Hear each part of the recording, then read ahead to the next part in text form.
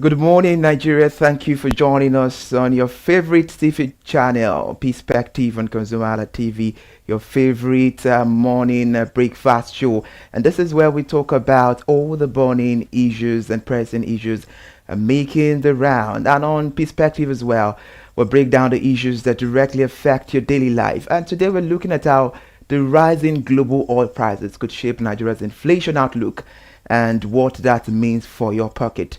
I am Iri Ayomikule Ike. And this conversation becomes germane because this isn't just about geopolitical tensions. It's about real survival as it affects the ordinary Nigerian.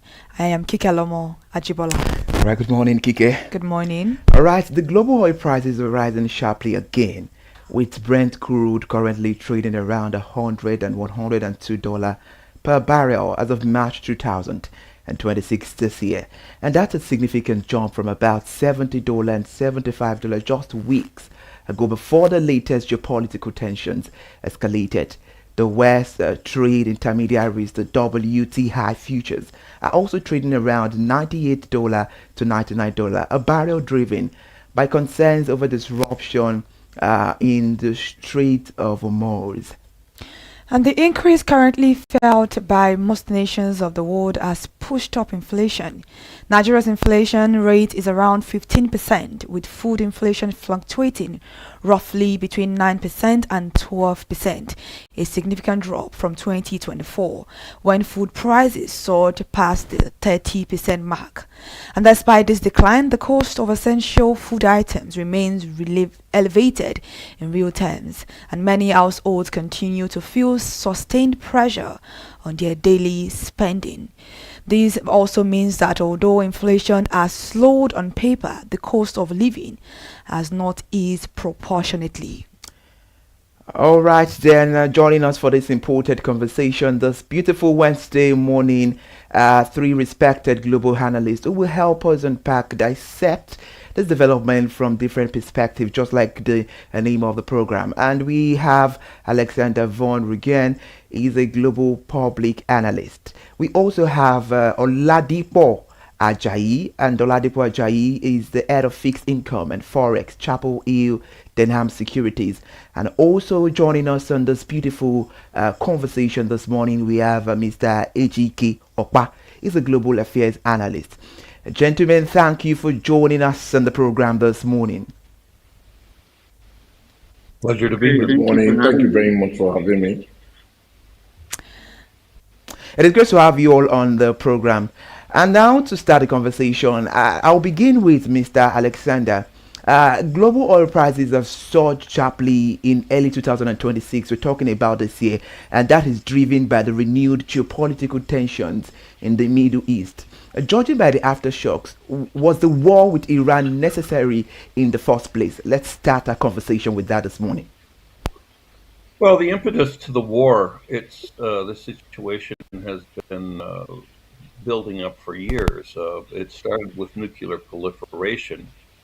President Trump canceled that deal in 2018 in his first presidency because he said it was insufficient. He talked about nuclear disarmament and the inability to upgrade uranium. But what it didn't talk about was Iran subsidizing terrorist groups like Hamas, Hezbollah, and the Houthis, and various smaller groups throughout Africa, including Nigeria. Uh, they're the major proponent of supporting these groups. Notwithstanding that, building ballistic missiles, which are the delivery system for a future nuclear warhead if they could develop it, or even a dirty bomb, which they had the capabilities of doing imminently with 60% enriched uranium, which they admit to having. So this was the perfect storm to put pressure on Iran. Israel's intelligence felt their threat became imminent. Whether that's true or not is something that is yet to be determined. But it led to the initial attack in late February in Iran, and then subsequent counterattacks. The U.S. has stepped in. They've taken an offensive position and want Iran at the negotiating table. Israel's taken out most of the leadership and continues to do so, as is their method of operation. So right now you've got a very uh, well, you've got chaos going on in Iran, and you've got the Strait of Hormuz closed, which has resulted in increased global oil prices. Um, was it inevitable? Yes. The fact that Iran also attacked all of its peaceful neighbors that were standing by, granted, many of them had U.S. air bases on them, so Iran just assumed everybody was an enemy. Um, Saudi Arabia, case in point, was attacked. It shouldn't have been. So now you've got the whole world basically not supporting Iran, including their biggest partners, Russia and China, which neglected to vote against the UN sanctions condemning Iran for its attack on its neighbors. Uh, Both Russia and China are on the Security Council. They didn't vote, but they did not veto the sanctions, which means they they supported it through silence. All right, thank you so much for that. And Mr. Ejike Okpa, let's hear from you. My question this morning is the Strait of Hormuz remains a strategic and critical asset of the global oil market, and it is now effectively closed to most commercial shipping lines. Was Iran overreaching in retaliatory effort by targeting this route? I mean, the question is yes. I mean, Iran is fighting as a wounded warrior. The question is how long are they going to be able to do this? I think, there's a pause in attack, and based on what the President Trump said, and giving them 5 days. So in 5 days, which I think is going to be by the end of this week, Friday or Saturday, then we'll see whether Iran will acquiesce and come back to the table and propose. Iran has no right, because the strait is an international body of water, even though they have an advantage of having more proximity into it, but they cannot shut it down. So this is one of the cases of, hey, you guys think about what you're doing. If you're not, this is what we're going to do.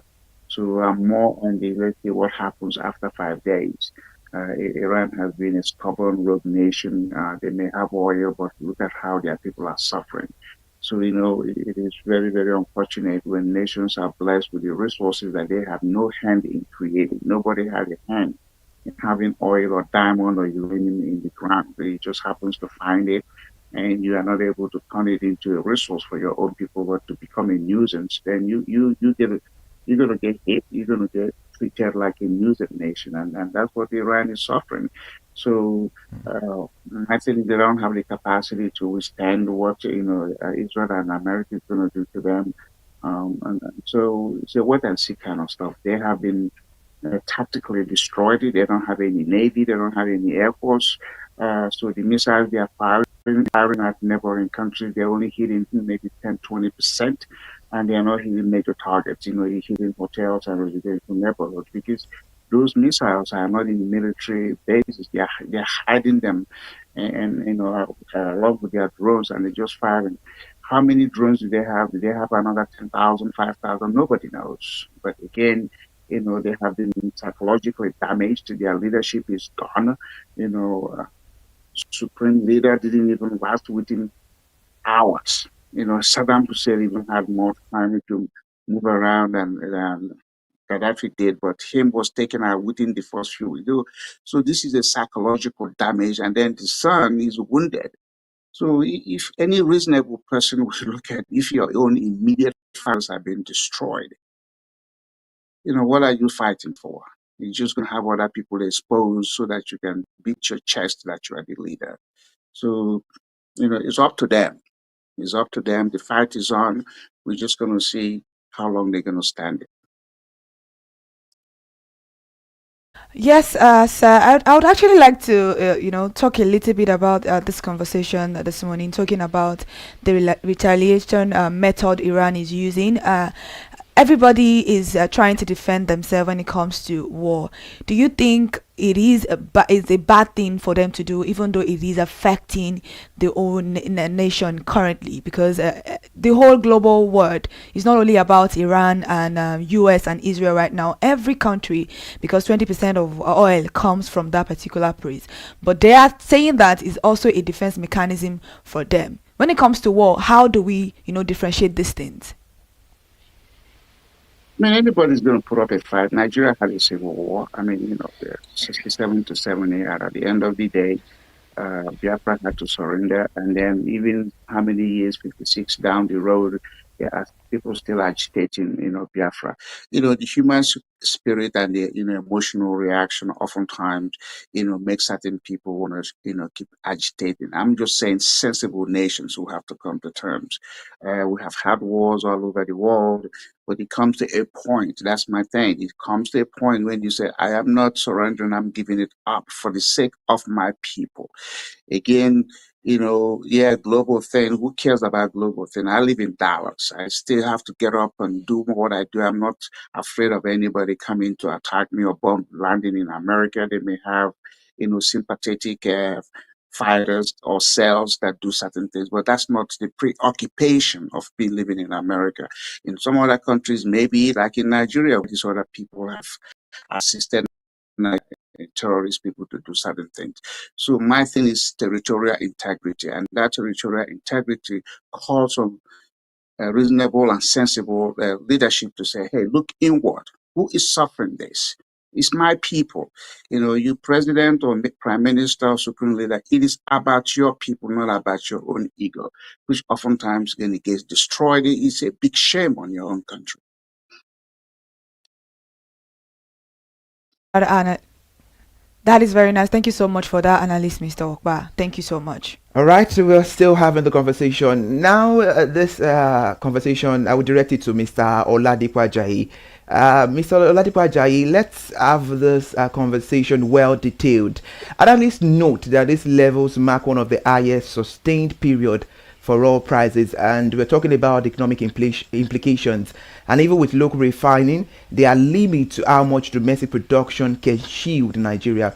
What does this realistically mean for Nigeria's inflation outlook in the coming months? Let's look at what is going to happen in the future.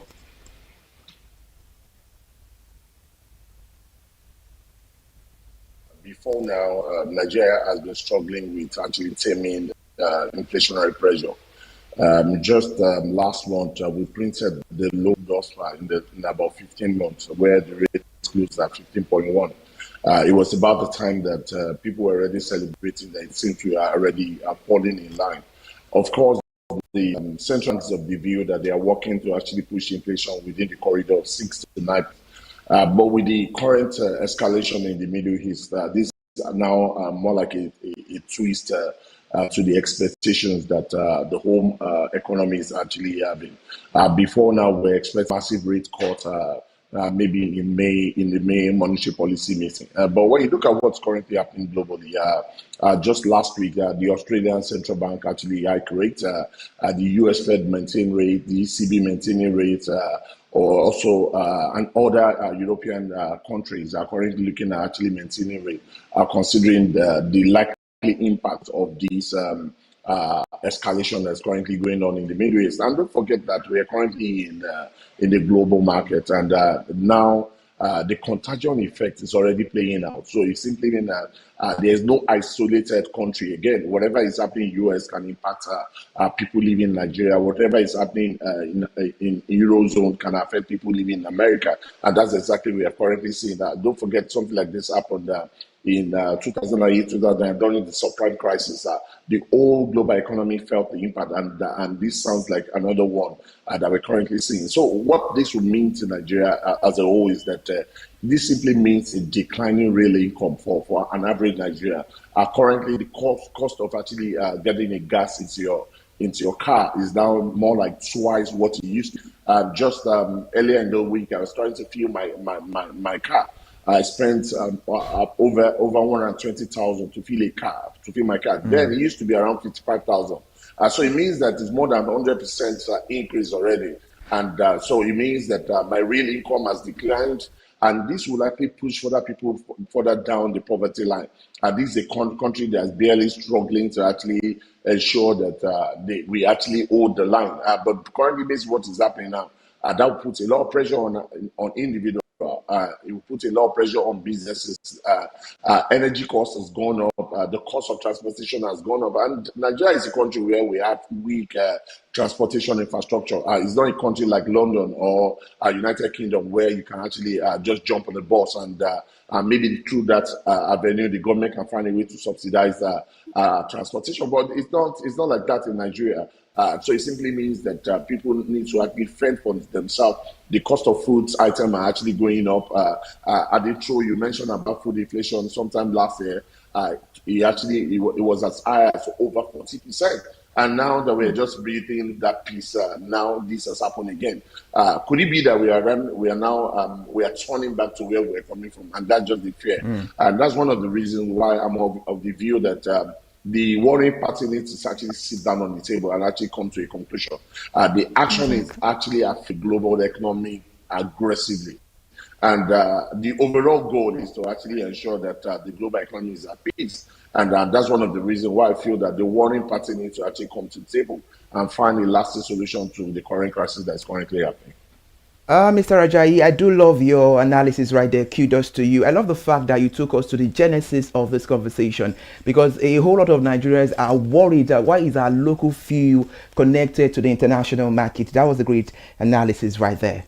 And let me turn to you, Alexander. You know, earlier on, it's not just about America, it's not about Israel, it's not about Iran right now. The world is a global village and we are connected one way or another.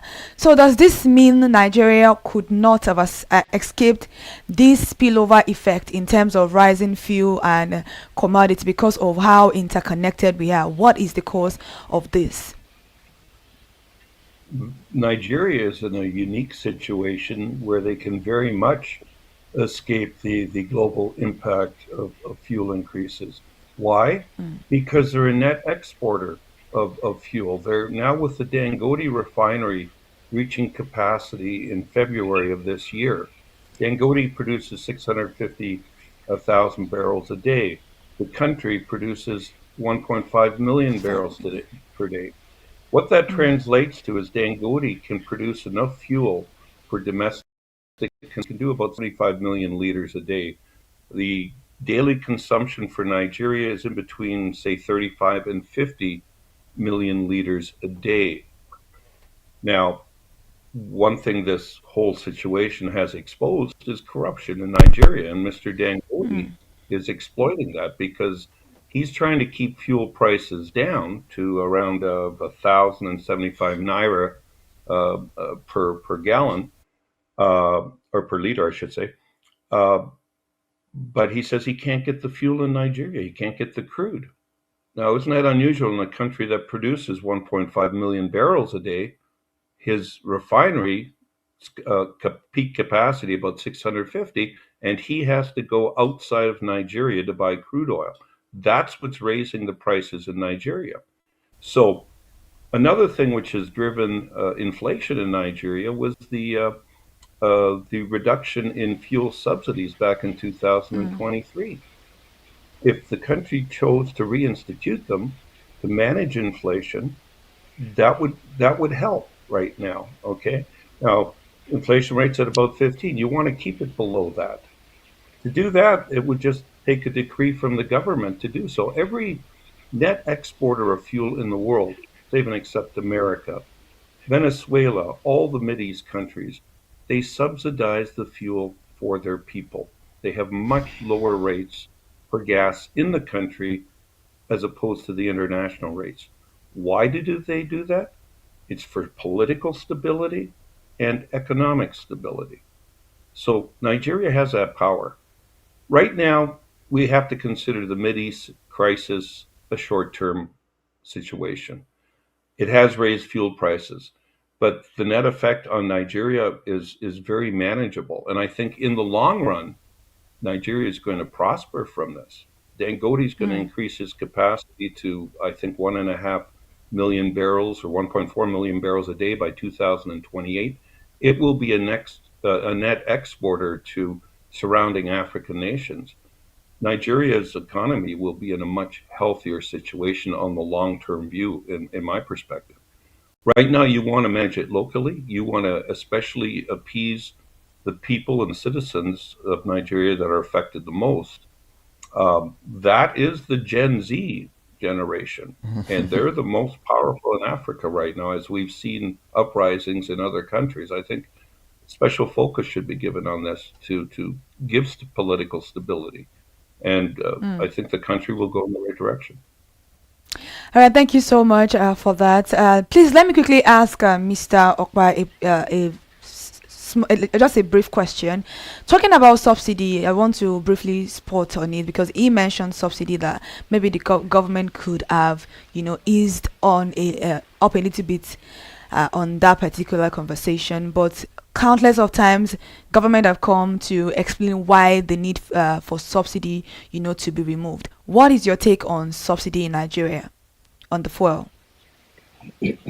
Well, I want to make some correction here. In a barrel of oil, crude, okay, because when you're talking about refined, you get 40 gallons in a barrel. So, the way you measure crude, the raw material and the way you measure crude, refined product is different. Nigeria producing 1.5 million. The question is, how many barrels of crude does Nigeria need daily to be refined to achieve the capacity? So, Dangote is not getting 600 and something barrels. It's getting equivalent to even produce 650,000 gallons of refined price. So if you do that at mathematics, you're going to see it's going to be lower.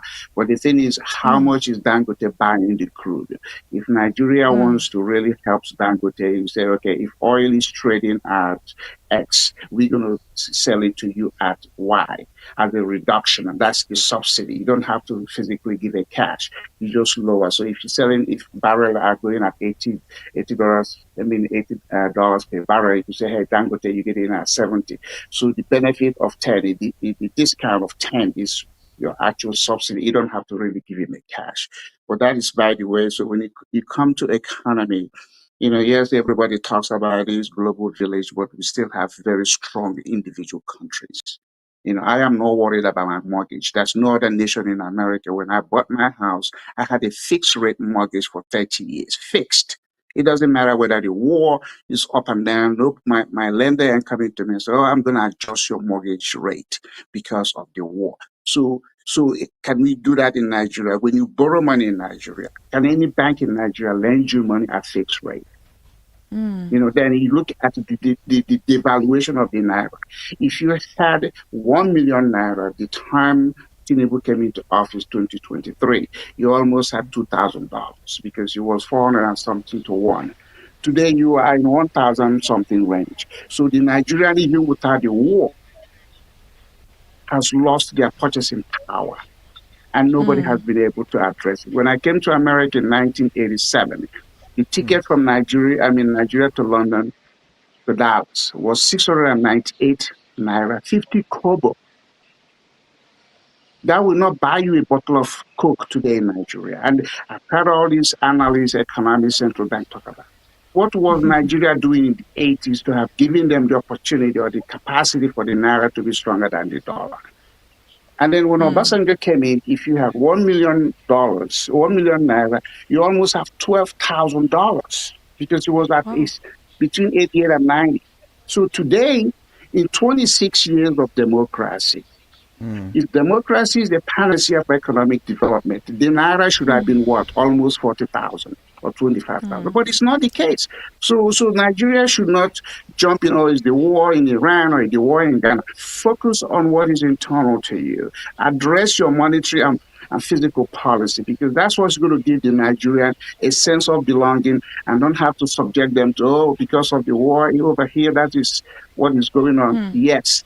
When I look at my disposable income and how much increase in fuel or food affects me, it doesn't impact me like 20%. My mortgage, my house payment is very stable. It may have occasional spikes. So again, you look at Nigeria when Buhari was there, I think it was 30,000 naira. What is it called? Minimum wage, and they increased it to 70. To 70. If you do not convert the exchange rate, you see that even in 2023, Nigeria at 30,000 naira was doing better than the one who's paid 70,000 naira today. So that is internal to Nigeria. It has nothing to do with Iran, UK, Australia. The Nigerian central bank, the money in circulation in Nigeria is about 5.4 trillion naira. 4 trillion naira of that is outside of the banking system. And then you look at the Nigerian, the stock price of the largest banks in Nigeria, like UBA and Fidelity, they are trading at less than 5 cents a share. Those are penny stocks. So the Nigerian banks are not even part of supporting the Nigerian economic growth. And then people Thank you so much. About that. Thank you All so right, much. Gentlemen, a great analysis right there. But for a broader perspective, we have to look at the angle of the way Nigerians are seeing this, and that's why we have to play a clip for you to have a wider experience of the take of Nigerians on this particular topic. We'll be right back. So how has this fear affected your daily budget, your daily expenses? Now I come to the market, I want to come and buy meat. I want to come and buy food stuff. I cannot afford it. It's more than my budget. I'm budgeting like bringing like 10,000 naira to the market. Even as a widow, can you imagine? I'm still trying to. So what do you do? Driver. A driver. So with the recent increase that has been happening with fuel prices and all, how has it affected you? Even worse. So when they bought me, this one worsted. It's worsted. Because to even eat, it's very hard. Low passenger. Even though when you look outside, people, they don't even move at all. Both where they. What is your name? My name is Emmanuel Ajayi. So what do you do? I'm a lawyer. Okay, now how do you feel concerning the recent increments in fuel prices? Well, it's very appalling, unexpected. So what do you do? I'm a transporter. Now, we know the current increments in fuel prices. How has it affected you and your business? It affected us. And we don't allow our driver to put more money into their money. So we are carrying normal price. But like we are loading like 7 motors. Now we are loading like 3 or 2. Because people are not coming out. People are not coming out. That's why. Okay, is there anything you want the government to do concerning this issue? They should help us bring the fuel come down. So people will be coming out traveling. So that is why. Okay, so now what happened if the prices now refuse to come down? How will you feel? What will happen? My name is Emmanuel Ajayi. So what do you do? I'm a lawyer. Okay, now how do you feel concerning the recent increments in fuel prices? Well, it's very appalling, unexpected. And it's affecting everyone. You know, whether you're a commuter or you have your own car, it affects you. So how has it affected your daily income, your daily budget? Has it in any way affected your budget? Of course, we've been buying 700 plus worth of fuel. All right, so that's our reporter on the street, Elizabeth Abefe. Kudos to you, gentlemen. We've seen all that is happening, and we've seen that Nigerians are really experiencing a tough one right there. It's a jack of mountain for them, and citizens are clearly under persistent financial strain. Now, what happens next if this continues, and how does it ripple into food prices and basic living costs? Now to Mr. Ejike Okpa. Over to you now. Thank you for the question. I'm somebody who has been out of Nigeria for more than 39 years or so. But I was in Nigeria for 4 times. I still have family members there, so I get my daily report based on how they ask for something to do. So what has happened in the case of Nigeria is there's a very strong financial monetary system in Nigeria. It's very, very weak. It's a very weak economy. It's a cash and carry economy. There's not a whole lot of credit in Nigeria. There are three things that affect individuals, regardless of whether you're in a mansion or in some, tenement building in rural area. And those are, food, shelter, and clothing. So when you look at the average disposable income of the Nigerian, with what is their take-home pay, and when they take that thing home and they're going to spend it to put, pay for housing, they're going to do food, and they're going to do clothing. They haven't even talked about their health. So Nigeria has to start to look inward strongly and stop being this all over the world. You see the president go all over the world, visiting this and visiting that. At the end of the day, like we say in America, or my wife actually asked me, what has that got to do with the price of bread? And you got to focus on making your country very stable, and you're very responsible for your own people. It has nothing to do with this international thing Africans and Nigerians jump up about. There's this idea of protect your territory, and the way you protect your territory is to have a strong economic stuff. Even when Americans are having challenges, how many Americans are seeking to move to Mexico or Canada? But if you were to put a boat on an airplane at airport or seaport for Nigeria and say, okay, how many of you want to go abroad? I bet you that be a stampede. It's because of the condition in Nigeria. So what you have. Hello, Mr. Okpa, are you still there? Yes, all right, can you hear me? Of course, absolutely loud and clear. I can hear you, and totally I agree with all you're saying. Because looking at the situation of things, we can see that a whole lot of people are increasing, prices of stuff, and everything is still taken back to the situation at hand.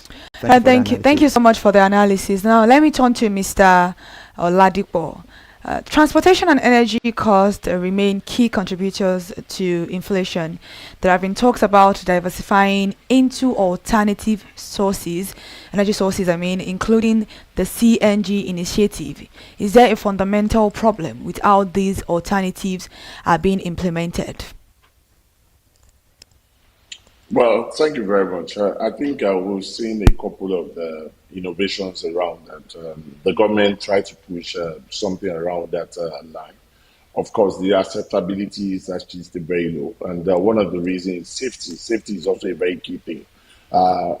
Just like what most analysts have mentioned here, the trust for governance is also very, and people are very reluctant to actually embrace that. But one thing that's very, very essential as we speak currently is that people are now looking towards that direction. Most times you now see more of electric cars or hybrid cars in Nigeria currently. You currently now see a lot of Chinese cars actually coming into the Nigerian economy. And the motive or the brain behind most of these things is that for people to actually save cost of energy, because a lot of people rather want to do that considering the cost of gasoline and the rate at which we've been seeing a lot of volatility in that line. And I think the government also needs to actually come with aggressively and subsidize that segment of the economy. If you want to actually lure people to actually come or patronize a particular policy, there must be incentive. If you go at a point in time, United Kingdom, for you to actually buy electric vehicle, you tend to get more like a subsidy from the government, just to actually encourage people to start patronizing that, and also in a bid for a clean energy system. So I think the government also now needs to start looking in that direction, and government also needs to work around that beyond actually getting people to actually import some of these things. So what are you doing to actually get investors to actually come into the economy? It's good for you to have FPIs. FPIs helps you to the economy, but the best bet of investment is the foreign investment. These are more like a long-term investors that actually sit in your economy. And what they do is that they create employment and help improve the standard of living of Nigeria. I'll give you an instance. At the point in time, there was no telecommunication system in Nigeria. The only telecommunication system we have was NITEL, and NITEL is synonymous to government inadequacies. And at the point in time, we saw investors coming into the Nigerian economy. At the point in time, it was MTN, Econet, and actually they were more like the large opener for that segment of the economy. Currently, MTN is one of the biggest in Africa, and we've seen the level of contribution to Nigerian economy in terms of services, in terms of employment, in terms of improving the standard of living in Nigeria. And I think in the same vein, the government also needs to look in that direction. It's good for you to actually want to get open door, reduce extra duties, and some of this to actually allow importation of these products. But every product that's imported to Nigeria, don't forget that you have just exported employment. So you will need to now work around bringing incentives to some of these investors to actually come, situate in Nigeria, and create enabling environment. And that's also a very key thing that we also need in this country. We want to come to an economy where there's insecurity, where you want to go to an economy where you can't boldly just travel to where your fund is actually seated. So the government needs to actually double up in that regard. You have to work aggressively to actually ensure that there's sanity in the country. Business owner can actually go about their business peacefully. Investors can actually think about Nigeria and think about Nigeria in a better perspective. One of the analysts mentioned about some of the impact of the Dangote refinery in the years to come. What will be the impact? Of course, imagine Dangote refinery producing 1.5 million barrels per day. Currently, their full capacity of about 650,000 barrels per day. So that gives an idea of the level of increase and what that will mean. It simply means that Nigeria cannot colonize the neighboring country. We cannot be more like a net supplier to a neighboring country. And you imagine what that will also, the that will bring to the table. So I feel that the government need to work more. If you actually want to diversify the economy into more like clean energy, LPG gas, and all sorts of, you need to work around actually creating incentive that will actually help people to actually want to actually patronize that level of business. And also safety is also very key.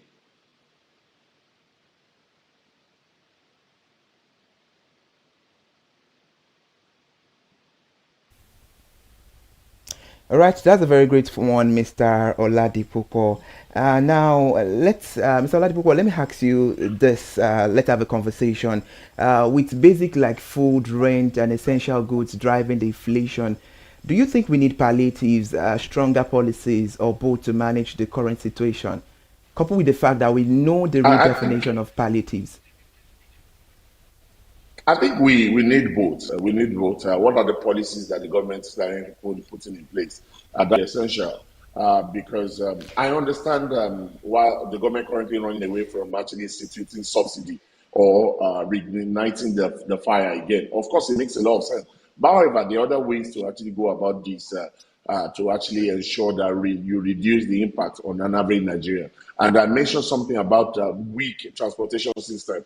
And Nigeria rail system is actually very poor. Of course, the bearing Lagos to maybe Lagos to Ibadan or Lagos to Abeokuta, and the case of maybe CMS to Maitu. There's not any extraordinary rail system that we have currently in the country, or majorly in Lagos, which is more like a metropolis to the country. So the government needs to actually look in that direction. What are you doing? How can you subsidize? If you are not subsidizing that, maybe subsidy in terms of PMS or gasoline, what other way can you bring this subsidy to better the life of people? Just recently, the labor guys actually mentioned that currently the 70,000 naira minimum wage is abysmal, and I agree with them to a great extent. I feel that the minimum wage should actually be improved to around 150,000 naira, which is even it's not even enough to actually take people home. But I hope that one way or the other will actually reduce that on an average Nigerian. Currently, governors are actually enjoying huge cash flow. On monthly basis, you hear far close to about 2 trillion being shared among the 3 tiers of government. And currently, people are not feeling the effect. It means that these things are not dovetailing directly to actually impact the life of an average Nigerian. So I think that we need policies that could help directly or indirectly impact the life of an average Nigerian. And beyond the policy, subsidy also is actually very needed. There was a point in time where I think it was during Jonathan time, that they actually create more like a palliative where government actually purchase a lot of buses that could actually convey people at a reduced price. And also, aside the transportation that has a direct impact on average Nigerian, what are you doing to farmers? Are you helping them in such a time like this? A lot of them, don't forget that the replacement cost has gone up. Even if I'm a business owner, the cost of actually replacing gold now has gone up. So it means that I may not be able to stock my shop. And Nigeria is a cash economy, which is one of the problems we are currently having. Imagine and I feel that it's also part of the genesis of huge corruption in a country like Nigeria. Imagine someone that just starting his career, maybe you're working maybe in a very good establishment. And it means that you have to actually ensure get a level where you can save up to the million before you can actually get to actually buy a house of your own. And when you go to a more developed economy, you can actually get a mortgage, of course, and that mortgage you cannot pay over a period of time, which makes a lot of sense. It means that you can start enjoying the impact of the benefit of your labor as quick as now, compared to waiting till eternity when you finally gather all the funds to actually be able to purchase that asset. All right, thank you very much, Mr. Oladipo. Now let me quickly turn to Mr. Ejike for a brief one. Is the current approach to fuel pricing and economic management sustainable, or are we simply delaying a deeper crisis? I'm so sorry, that question is to Mr. Alexander. Well, I think, first of all, the economy hasn't felt the effects of the Dangote refinery coming up to 650,000 barrels a day. This was achieved only in February of this year. So that ripple effect in the economy hasn't been felt yet. Also, the benefit of the global price increase due to the war on oil is going to produce over and above what Nigeria was making on fuel, about an extra $22-23 million per day. That increase of $25-30 per barrel in oil times your exports of about 750,000 barrels translates to a windfall. That's above and beyond the normal prices. The management of that money should be going towards supporting the economy, as my colleague had pointed out. If energy costs are the driver for inflation, then the government should reinvest some of their profits to subsidize people, keep inflation low, keep the dollar or the naira strong in terms of other global currencies.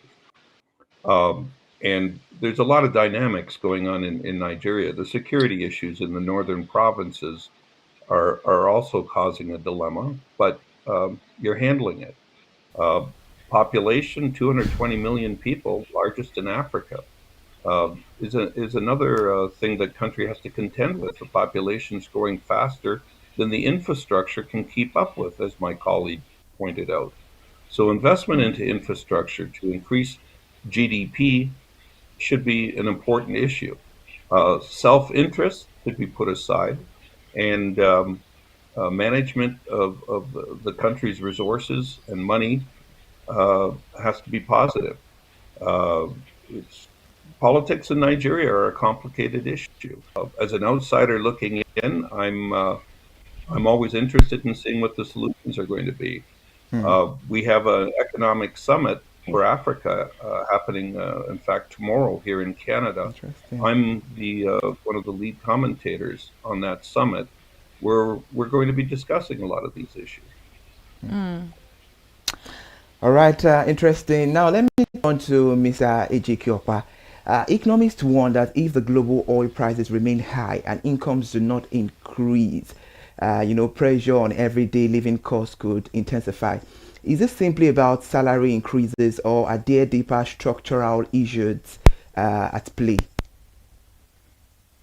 All of the above. When people talk about economy and oil, you have to make it relative. Nigeria is the poorest country of all the oil exporting countries in the world. When you look at the revenue they get compared to the population there, even if oil prices were to hit 1,000 barrels, Nigeria is not going to make it because Nigeria doesn't have structured economy that takes advantage of resources. When you look at the federal government budget, the federal government budget of Nigeria is less than $35 billion. Okay? So you could have all the oil you want in the ground. You know, when people talk about reserve, what matters is how many barrels is hit surface and are you selling and what are you selling. Nigerian government makes less than $15 a barrel because Nigerian infrastructure or financial institutions are not invested in the production of the oil. So you get all these oil players that come in, you know, you put in their money and they go return on and return off. So if I just hope Nigerians should just, you know, just be quiet about oil. Because if 70% of the revenue of federal government is oil driven, that means the 200 and so Nigerians are contributing less than $10 billion a year in their own survival. So if oil were to go away, Nigeria will be done. So, but these things are not magic. Anybody who studied economics, you know, or financing and stuff, you could figure out how to do it. But what needs to happen is how do you get Nigerians to start looking at non-oil sector? No Nigerian bank you can walk up to today and say, I want $100 million. Even if the government were to have some of the best policies. That's why you have Central Bank of Nigeria even lending money to Dangote or somebody. Thank you so much, because the Nigerian banks. No. This point needs to be made because sometimes we go around the issues. The Nigerian population is bigger than what the Nigerian sectors can produce. Nigerians have to be restructured properly in the economic model. But depending on oil, I mean, Qatar produces as much oil as Nigeria, and Qataris are just less than 1 million people. Do the math. Do the math. But everybody beats their chest of oil. Electricity came to Nigeria 1896, 130 years. And Nigeria today don't produce 5,000 megawatts of power. How are you going to survive? Absolutely. It comes to the food, a lot of food produced in Nigeria are wasted because before you farm to the market, the transportation infrastructure is very, very horrible. And then you don't have refrigeration.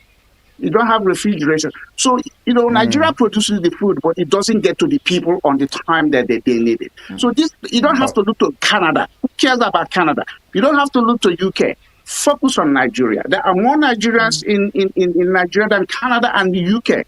What school have the Canadians or the English gone to that Nigerians haven't gone to? Stop paying attention to these people who have their own issues. Focus on your own. And focus, actually, we will as the Nigerians because this concerns us. Thank you so much, gentlemen, for joining the program this morning. But we have to go. It's already past our time. Thank you so much for putting in those analyses. We really do appreciate it. Thank you for joining us because clearly we know that the time is not on our side, and I know there is still a whole lot to talk about on this conversation, but because of the time factor, thank you for joining us, Mr. Ejike Okpa, Mr. Oladipo Ajayi, and Mr. Alexander Vaughan. It's a pleasure to have you there joining us on the conversation this morning. Thank you. Thank you very much. Please do well to enjoy the rest of your day. Thank you so much. And thank you for the great analysis right there this morning. Thank you. Bye. Welcome. All right. Clearly that goes beyond oil prices. You know, it's about Nigerian life, the work and survive in the current economy, coupled with the fact that inflation, you know, is showing some slowdowns on paper, and many households are still feeling the pinch in their real system. It's a whole lot. And if we are to talk about it more, time is not going to permit us. But this is where we draw the curtain on the conversation this morning. Thank you for joining us on Perspective. We're back again tomorrow on another topic, looking into angle of things burning around in our economy. I am Ire Ayomikole. Thank you for joining us, Nigeria. All right, thank you so much for listening here at ConsumerHallaTV. With Perspective is actually that program for you, and I think you ironically meant that we'll be seeing you next week, Monday, for another edition of Perspective. I'm Kikelomo Ajibola. Which time could permit us, you know, to do more conversation because that was really, really interesting. The analyses were deep, and it was amazing to listen to their opinions.